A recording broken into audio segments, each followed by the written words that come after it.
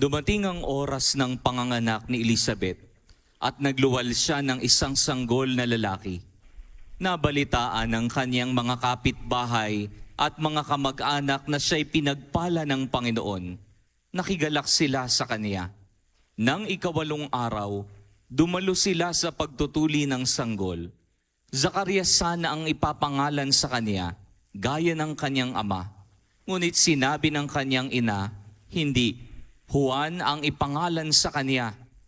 Subalit wala isa man sa iyong mga kamag-anak ang may ganyang pangalan, wika nila. Kaya't hinudyatan nila ang kanyang ama at tinanong kung ano ang ibig niyang itawag sa sanggol. Humingi siya ng masusulatan at sumulat ng ganito, Juan ang kanyang pangalan. At namangha silang lahat. Pagdakay nakapagsalita siya at nagpuri sa Diyos.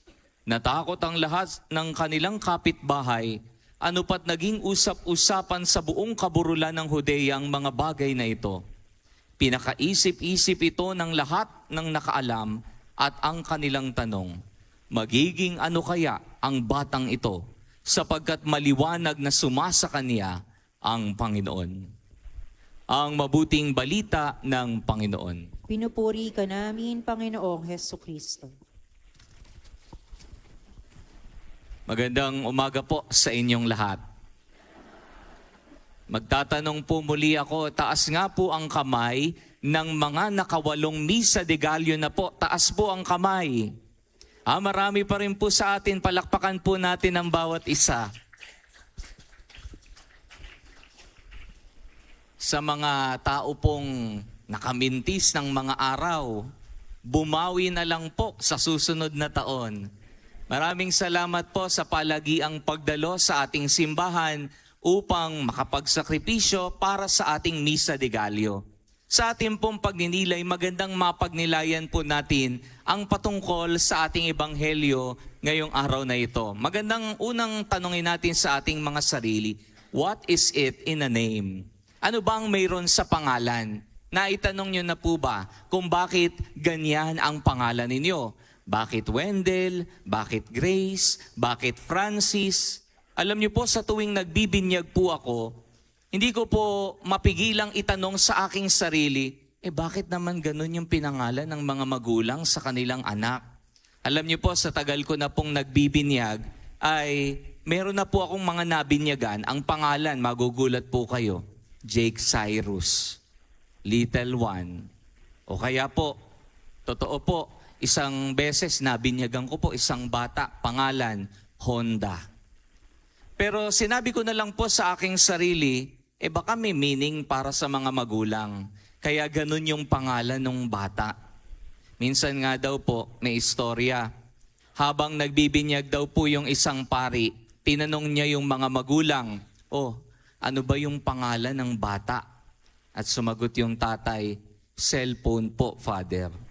Sabi ng pari, bakit ganun yung pangalan ng bata?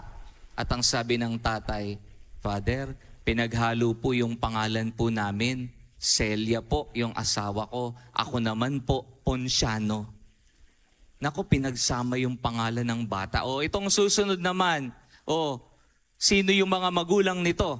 At sumagot yung mga magulang, sabi ng magulang, kami po, Charmaine po at Roger po. At sabi ng pare, mukhang magandang pangalan ng bata. Ano naman ang pinangalan niyo sa batang ito? Sumagot ang magulang, Charger po.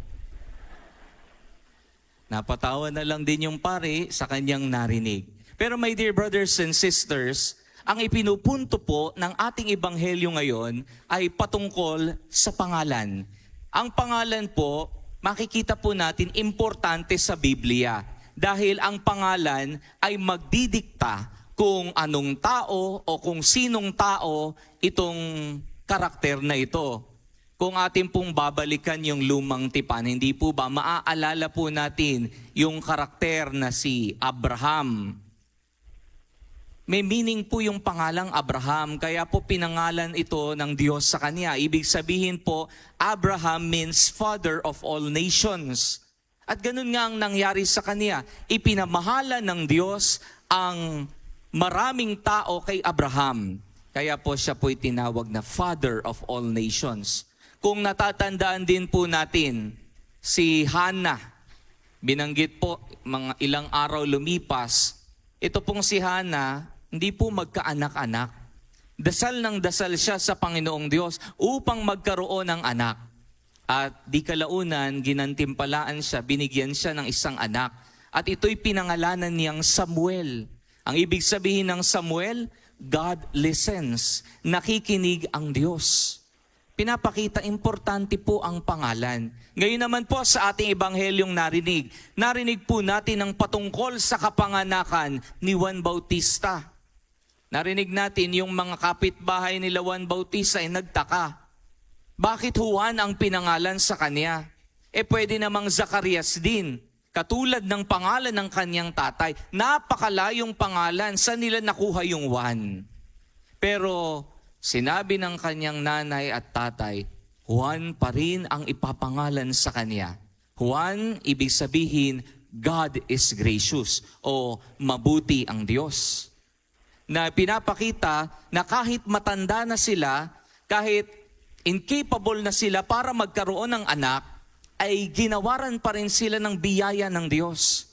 Kaya pinangalan ang Juan sa kanilang bata na nagpapakita at sumisimbolo na mabiyaya ang Panginoong Diyos. Ito po yung pinapakita sa atin, mga minamahal na kapatid. Hindi tayo pinapabayaan ng Diyos. Pwede po bang pakisabi sa inyong katabi? Sige po, pakisabi po. Hindi ka pinapabayaan ng Diyos. Ang tampok po sa atin ngayong umagang ito ay patungkol sa talambuhay ni Servant of God, William Feynman. Nakikita niyo po sa gilid yung kanyang litrato. Sino ba to? Minsan sa buhay ni Servant of God, William, ay sinabi niya, "Never doubt it. I shall perform my duty and I shall fight for my parishioners even if they kill me."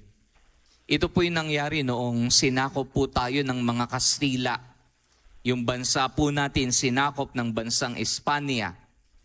Ilan po sa mga kumbento at ilan sa mga Catholic schools, magugulat po kayo, ginawa po nilang bahay aliwan.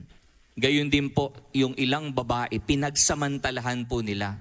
Kaya sinabi po ito ni William Feynman, "Never doubt it. I shall perform my duty. I shall fight for my parishioners even if they kill me."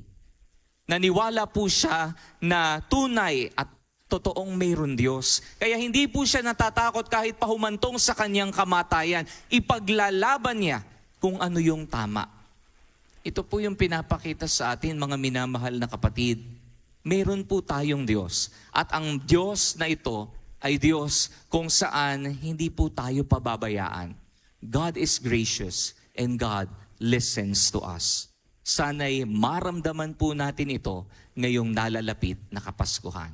Atin pong pagnilayan ito sa pagpapatuloy ng ating banal na pagdiriwang.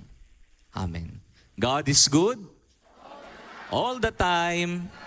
Palakpakan po natin ang Panginoon.